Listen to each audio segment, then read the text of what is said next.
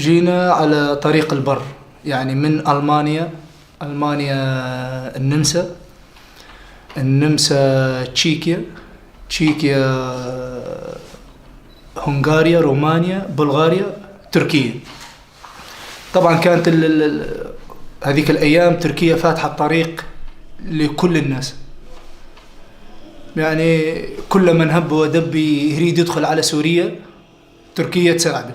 يعني استغربت من شيء لما وصلت بسيارة الإسعاف على باب الهواء، استقبلني الجندرمة التركي، قال لي تفضلوا هذه بلدكم، انتم جايين تساعدونا، انتم مش عارف شنو. طبعا هذه أول مرة. ثاني مرة لما طلعنا، الطلوع كان أصعب من الدخول. رجعت مرة ثانية، جبت زوجتي وأبنائي.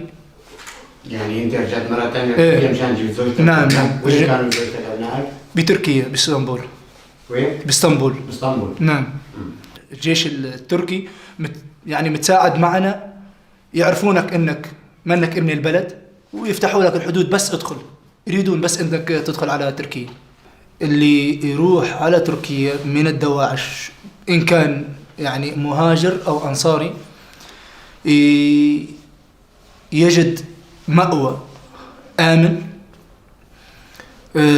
أيضا فيه يعني حوالات من أجل تحويل الأموال اللازمة لهذه العمليات وكذا، موجودة عندهم يعني بكثرة. هنيك الدواعش عندهم قاعدة وأساس، وكثير عالم موجودة هنيك تشتغل لحساب داعش في تركيا.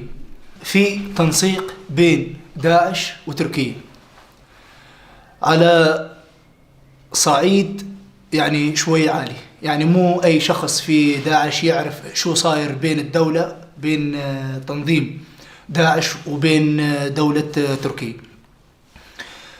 ثاني شيء، في عندهم ناس أتراك من ضمن داعش كانوا يخرجون إلى تركيا، وأنا أعرف هذا الكلام، يعني متأكد مما أقول.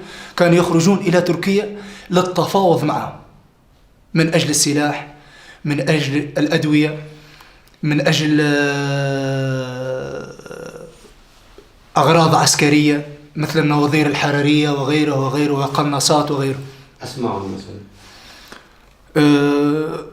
منهم أعرف واحد كان يعني هذا المسؤول الرسمي الذي كان يتفاوض باسم داعش عن تركيا، يقول له أبو عبيدة التركي، فاهم؟ هذا بالنسبة من داعش على تركيا.